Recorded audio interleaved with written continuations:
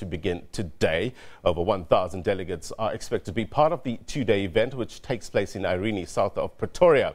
Now, civil society groups, in particular gender-based violence activists, say the summit is an opportunity to come up with stringent laws to punish perpetrators of child and women abuse. Now, President Cyril Ramaphosa is expected to give the keynote address. President Ramaphosa convened the gender summit at the request of the Total Shutdown, #Total Shutdown activists who marched to the union buildings against gender-based violence in August. Now, a gender activist says men should lead the fight against gender-based violence.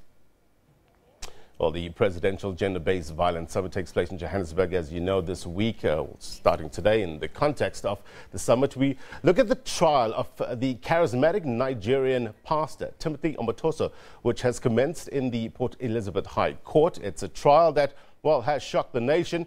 Omotoso is on trial for human trafficking and rape. He stands accused of trafficking young girls and women from various branches of his church, the Jesus Dominion International Church, to his house in Durban. The trial has resulted in faith-based organizations finding themselves in the spotlight. Some experts believe the Omotoso trial is an example of gender-based violence that occurs under the pretense of religion. Our reporter Jayed-Leigh Paulse found this report. The Hawks and the tactical response team from the police arrested Omotoso at the Port Elizabeth Airport 18 months ago. The pastor was allegedly on the run after a SABC expose on the alleged sexual grooming of young women at his Jesus Dominion International Church. The state alleges Omotoso's co-accused, Zuki Swasito and Lusando Sulani, were his henchwomen who recruited girls at church crusades across the country.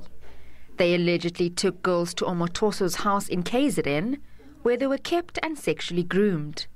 Some of the girls were as young as 13 years old. Cheryl Zondi was the first witness on the stand. Zondi says she was 14 years old when she joined the Jesus Dominion International Church. She says when she arrived at the house in Umhlanga in KwaZulu-Natal, she found Omotoso living with 20 to 30 girls. Zondi says that her first sexual encounter with Omotoso happened when he summoned her to his room. I was a virgin at the time, so he took caution not to go all the way. So he continued shoving until he reached climax. When he was done, he told me to go to the bathroom and wipe myself off. So I went and wiped myself off with the toilet. The trial held the attention of the nation.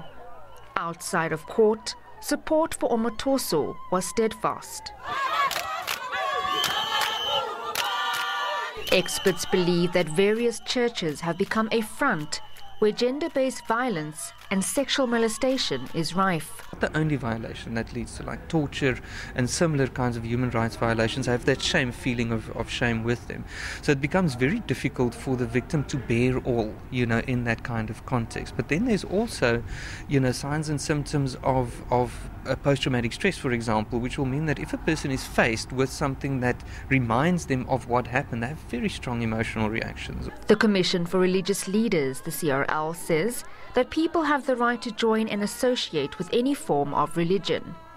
They are in the process of investigating a number of churches in relation to criminal activities.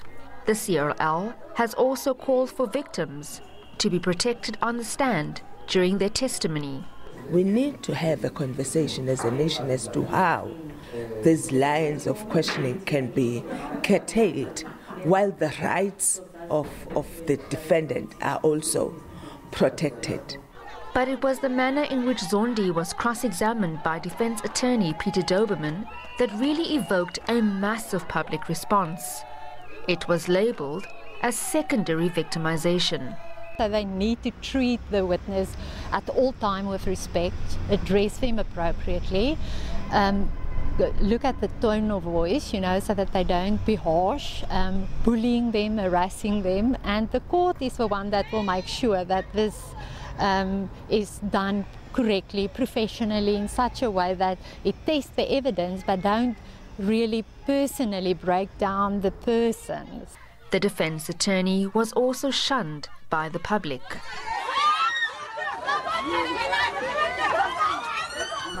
Political figures and church bishops have called for an end to violence perpetuated against women and children. I represent, first of all, men. I represent fathers. I represent the church ministers as well. I am here because I feel that we cannot keep quiet. We stand with our daughters. We condemn patriarchy in strongest term. We condemn any form of abuse that is directed to women. Why enough of these false pastors? Members of his church say the man being portrayed in the media is not a true reflection of their beloved leader. They say that their right to worship in terms of Section 15 and 18 of the Constitution has been taken away. The only thing that we are doing, we are just worshipping the God. All the time that we are doing, we are worshipping the God. They even never went to Jesus Dominion International. I mean, how can I say JDI is a cult while I've never been there? For me, I can't say to them that church is not a cult, but I would love them to come and see and experience what we are doing. Calls are also now being made by gender activists to regulate all churches. These churches need to seriously think about having child protection policies and protection policies that protects women in their congregations.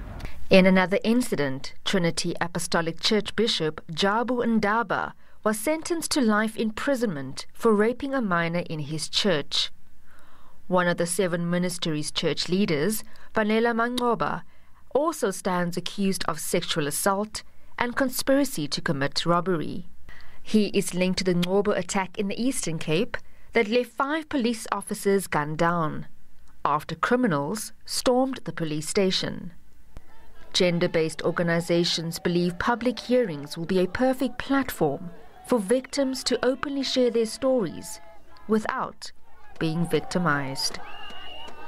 Jayed-Leigh Paulse, SABC News, Port Elizabeth.